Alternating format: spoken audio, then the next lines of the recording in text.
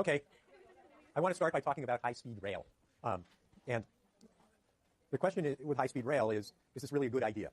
Now, some of us like riding these things.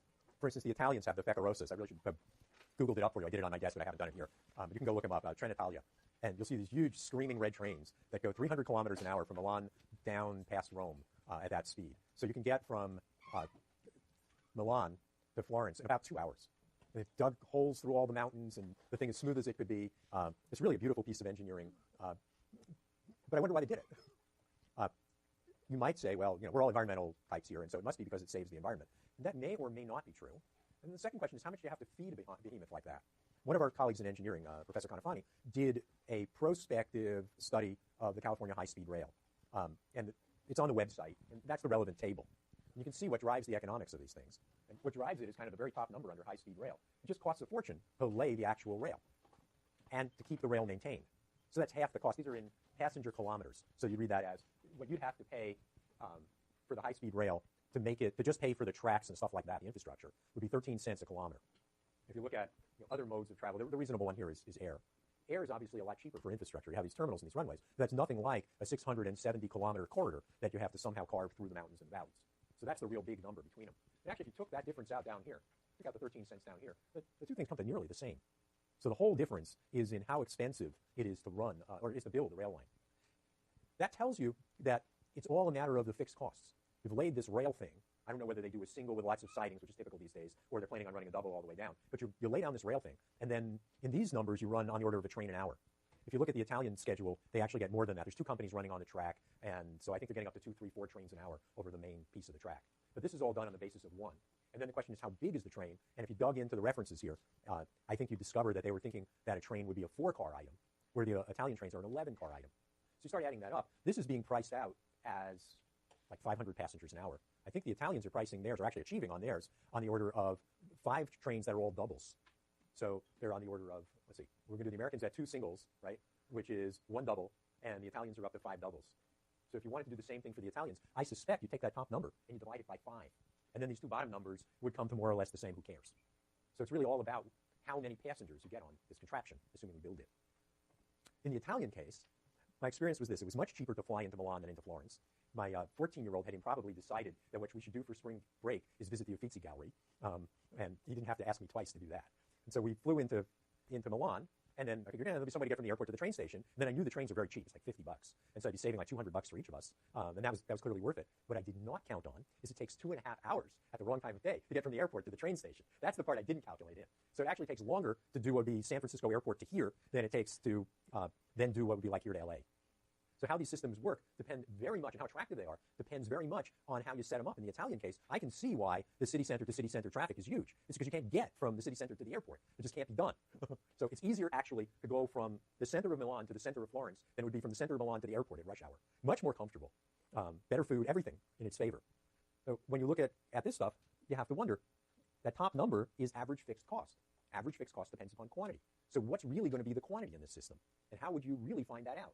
Well, one way would be going back to what we did. You could ask people if you had a choice between getting on the train at, and it'll cost you $125, where airfare will cost you $125, for argument's sake. You get a choice of going on the train, which would leave from San Francisco every hour, or you got a choice of going down to the airport and flying, and you were going to downtown LA, which would you do? Right? And then you could start varying the prices, and you could do a standard contingent valuation kind of study. We have a project, I haven't built it yet, so I can't do revealed preference, can I? No, there's nothing to be revealed. But I can do a stated preference method and get an idea of what the demand would be. And I'm not sure what answer you'd get today. I would guess if I were going to downtown LA, I would take the train. But if I were going somewhere near the airport, I would take the plane, because I can't get across LA any more than I can get across any of these other places. So I think it would matter an awful lot about, when you designed your study, what your destinations were. So if you're thinking about how you do the study, you would get permission from the San Francisco airport people, and you'd go and you'd interview people getting on the plane to LA. Where's your destination today? Where's your destination today? Where's your destination today? And then you'd have a map of the destinations, and then when you did your study, you could randomize the destinations as well and find out what the answers were. But that was never done here. In fact, I don't believe there was ever a very good study done on the demand for this train. So why do they want to build it? I mean, they obviously want it badly, or at least our governor wants it badly. Wants to take a couple $1 billion of the money we'll be paying extra at the pump starting in January and dump it into his train. Why? What's the point? Yeah? Anyone like the train? Okay, it's cool. No, that I get. Believe me, if they build it, I'll ride it. I'll even ride it if I have nowhere to go. I think the train is totally cool. I love the Italian ones. I thank the Italian taxpayer for paying for this for me. But why should we build it? What's the... What? Okay, but, William Tweed, known as Boss Tweed, left the Tweed courthouse. That was a legacy. Everyone in New York can look at it and say, now that was the high point of corruption in the whole universe. That courthouse cost more than any other public building until the House of Representatives built something even more absurd. So I'm not sure the word legacy. But you're right. That's what Jerry Brown's thinking. But anyone vote for this thing? Well, you're too young. Would anyone have voted for this thing today on grounds other than it's cool? Yeah. Yeah, so one argument is these congestion numbers in this thing. They're really small the way it's written. Because what he thinks happens is he thinks that high-speed rail basically competes with the air system, and that these things aren't going to do much on the highways. But maybe that's wrong. Maybe if you had the right high-speed rail system, then at least people coming from LA up here, where there's a public transit system to get on and get off that thing, might not take their car, and then we'd have the avoided congestion on Route 5, and we wouldn't have to build another lane down Route 5, and the economics would look better. That's plausible. It's not in his study. He has the congestion is way too small. Look at the cost of the car accidents. That's probably pretty real. 2 cents a kilometer mile. Yeah, how would you get that? You could take the cost of insurance and divide it by the number of kilometer miles in the state. That's probably about what they did. And it's like 2 cents per kilometer, right? Per person kilometer, that's what it's measured. 2 cents a person kilometer for just the accident cost. And you know it because I buy insurance, and so the insurance internalizes some of the accident cost. All or some? Which is it? Well, what's missing? Right. So if I get banged up, they'll pay the medical cost, patch me up the best they can. But if I have headaches for the rest of my life, it's not in there. Yeah? Or probably not in there. Well, possibly yes, possibly no, right? If two people hit each other and they're both well insured, then presumably the liability system will put all the costs in there. But when I hit the uninsured motorist, then the lifetime of headaches and back trouble is mine, and it's uncompensated. Yes, and again, the same issue. So uninsured motorist accidents are a huge fraction of accidents. I don't remember the numbers, like a third, half, something large. Go look it up. So if uninsured motorist and me collide, and I die, then I can get like nothing out of my insurance policy, and the other guy's turnip. I get nothing out of a turnip, right? So it's uninternalized. But if it's the other way around, the other guy dies, then my insurance policy is worth a bloody fortune, and he will indeed, their family will indeed get whatever is the standard amount of money you get for a death. Yeah. So that some yes, some no. At any rate, that would argue that's a little bit on the low side.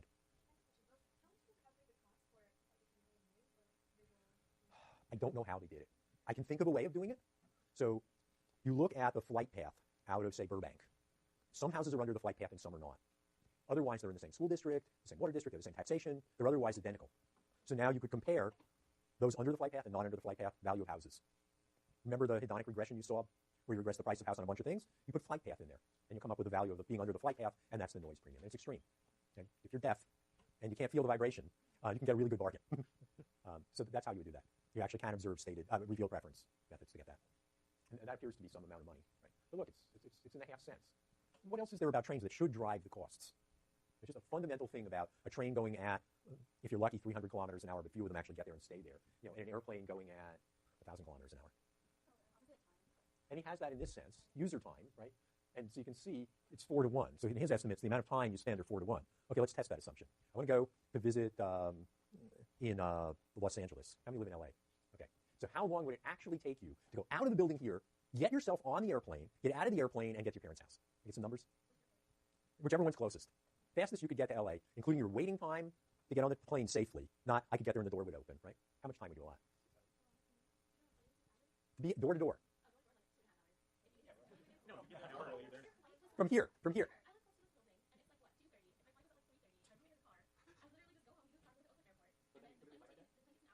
Yeah, that part's true.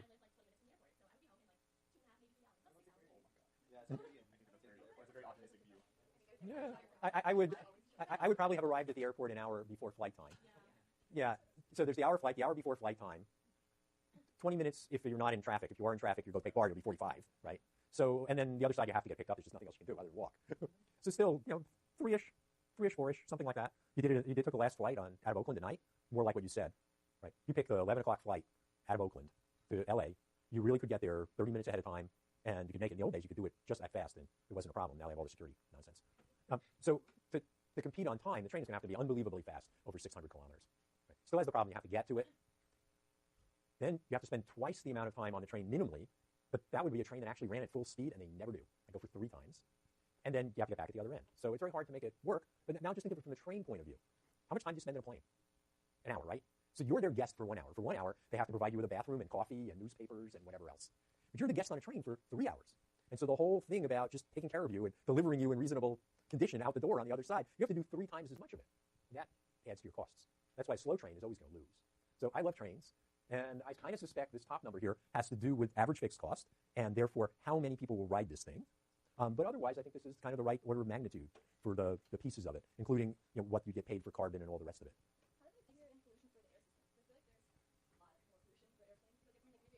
Yeah, but it's not. But it's per passenger kilometer, right? And so yeah, there's pollution, but now you got to divide it out by 1,000 kilometers and 250 people on the plane, and you just don't come up with a very big number. And at some point, I think in one of the previous studies, they said, what if you had to pay, and then they upped the carbon charges quite a bit. You have to get really substantial carbon charges before you're gonna beat the train on. You're gonna even these out on those grounds.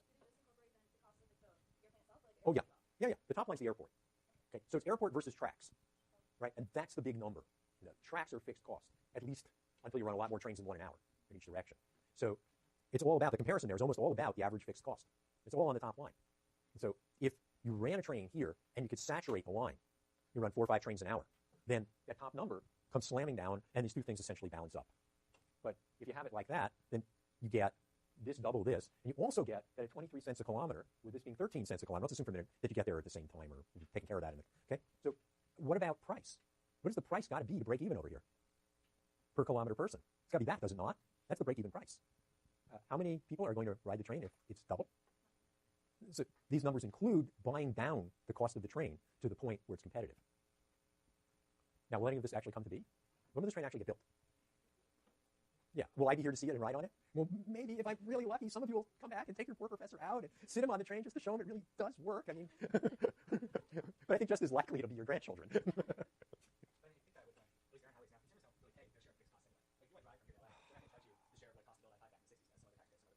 Yeah, what happened was the Federal Highway Trust Fund was set up to put in enough money to pay for the federal highways. And that was a long, long time ago. They're the interstate and defense highways, courtesy of Dwight David Eisenhower, justifying them as defense, notice, because he's a Republican and you can't really say that there's something other than defense. So yes, they set it up to break even, because in those years, Republicans were people who were prudent. So Rockefeller Republicans, Eisenhower Republicans, all of that branch of the party, I would say even Richard Nixon, all of that branch of the party were good government types. $100 comes in, $100 ought to go out. What's so hard about that, right? That would be them. It's only after Ronald Reagan that we can cut taxes and nothing bad will happen. And if you want to tell the full story, Kennedy was the one who beat them. Kennedy beat them with a tax cut. And then they needed a tax cut too to get even, because you couldn't have Democrats being the tax cutters, the Republicans not. And that didn't work out well. Let's put it that way. Right? So it used to be we were supposed to pay for it, but then no one had the nerve to raise the gasoline tax. And so now the gasoline tax is way under what it's supposed to be, and the highways are, of course, beginning to crumble. Because if you don't feed them money and you run trucks over them, they crumble. But it's very hard to get that across to voters today. You didn't see the federal government standing up, the Republicans in the House standing up and saying, interstate commerce, national defense, these highways must be preserved, and what makes America strong, and we are conservative Republicans, and we believe you ought to pay for what you need. You just didn't hear that rhetoric, did you? So instead, we just wait and see what happens. When some big bridge comes down, maybe we'll change our minds. All right, that's my comment on rail, and particularly it's a comment on what pieces of the course we touch on. Stated preference, revealed preference for getting some of these numbers, and what's critical here is the fixed cost and average fixed costs. See, I tied it back to the course. All right. So, I don't want the current slide. Whoa, that's probably bad for the people who are looking at it this way. So today and a little bit of Tuesday, I'm going to talk about what takes up many entire environmental textbooks. And that is, what's the right amount of pollution, and how do we get the right allocation of cutbacks in pollution between firms? And we need a reminder. We always review things, right? So one of the things we look for is Pareto improving exchanges. You did the game. You did the trading game, right? So all those trades had the property that they were voluntary trades. Somebody gave up permits and got back counters. And both people willingly did it. So both people must have been made better off. So those were Pareto improving trades. So anytime two people value something different at different amounts, there are Pareto improving trades. Fundamental definition, marginal cost of abatement. So I guess we got to start out with emissions and abatement. Here, E are emissions. E0 are initial emissions. So you're a regulator and you come into town and there she is and she's emitting 4 tons. That's E0. And you say, bad girl, bad girl. You must emit less than that. You must only emit 2 tons. So her new emissions are 2 and her abatement is also 2, right? So initial, E0, current E, abatement, E0 minus E. Most pollution control is stated in terms of abatement. So you start out with whatever's there and you think about how much various sources should cut back. So it's usually phrased in